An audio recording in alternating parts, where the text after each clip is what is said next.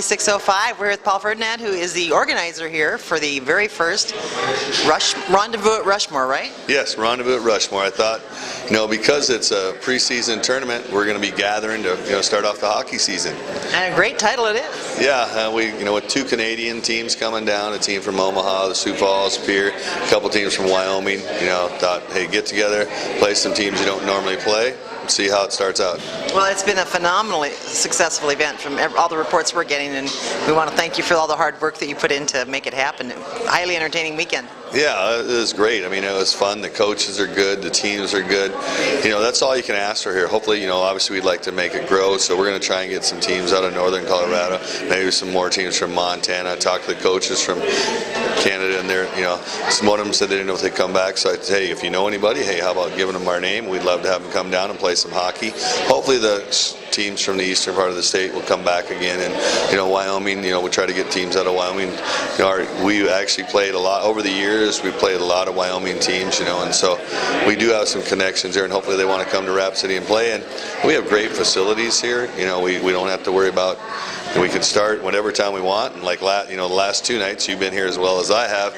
Yesterday we started at 8 a.m. We went till, I think we got out, the game got over about 5 after midnight or something like that because of a few penalties in the last game. But when you have your own facility, you can have tournaments like that where you can go as long as you want. You don't have to stop for any other activities. So it would be nice to have a second or third sheet, but we don't have any hospitals to sponsor us. So if anybody would like to give money to Rushmore Hockey so we can build a second or third sheet, it would make our program really good. Oh yeah, we're all for that because we like the kind of hockey we see from Rushmore and love to see a lot more of it. This was really nice because you had 2 25-minute periods, which was a little different on Friday, but by Saturday everybody was getting used to it.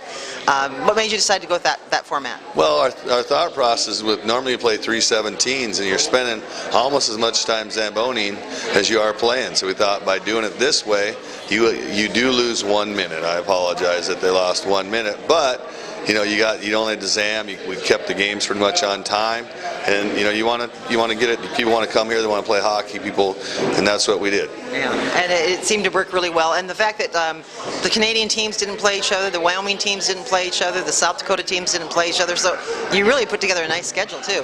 Yeah, it was a little bit of a chore trying to get that done where everybody could get 4 games in against teams they didn't play, and obviously everybody wanted to play a Canadian team, and I think the only team that may not have played a Canadian team was I think maybe Omaha, but I'm not sure. I'd have to look at the schedule and see. It's kind of, at this point in time, it's still a little bit of a blurry. I think I've been here at the rink for about 34 hours or so in the last 3 days. So yeah, you start to get a little bit brain dead. So next year, looking to have at least this many teams? At least this many teams. We'd like to have more, and I was talking to the coaches, maybe we can start it earlier on Friday, get it done a little bit earlier on Saturday. Maybe if we can do that, maybe we can, and we have same or a little bit more teams, as maybe if there's a game down at the Civic Center, we could have the kids go to the game and have the coaches get down there away from the rink and gather it up and talk to the coaches, because you never know, they might have some anytime you can talk to other coaches, maybe pick their brains, get some ideas what they're doing, maybe little camaraderie with the hockey. It is called a rendezvous, so we want to gather. But I love that rendezvous concept, and we have to really thank Chris Veazey and Brian Schumacher with your organization. Chris, of course, set stuff up last year for us for the girls varsity tournament, and his daughter's out in New York playing.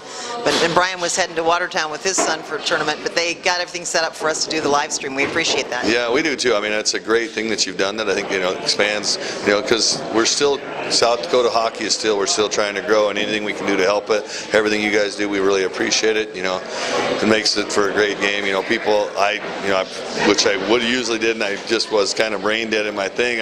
I would call my brother, and my brother's out in Washington and Utah, and say, hey, we're going to watch a game. This is what it's at. So now I got a little bit more thought process, and I'll have it ready to go. Well, I think we might be out here again next weekend for the girls varsity games. Well, so good. We hope to see you out here. And then maybe we talked about hopefully maybe we get set up where we can do our home games live through you guys, and that'd be an excellent thing for hockey in Rapid City. Well, we're looking forward to it because we hate missing your games too. So if somebody can get them live on Hockey 605, we can watch them from Sioux Falls as well. There you go.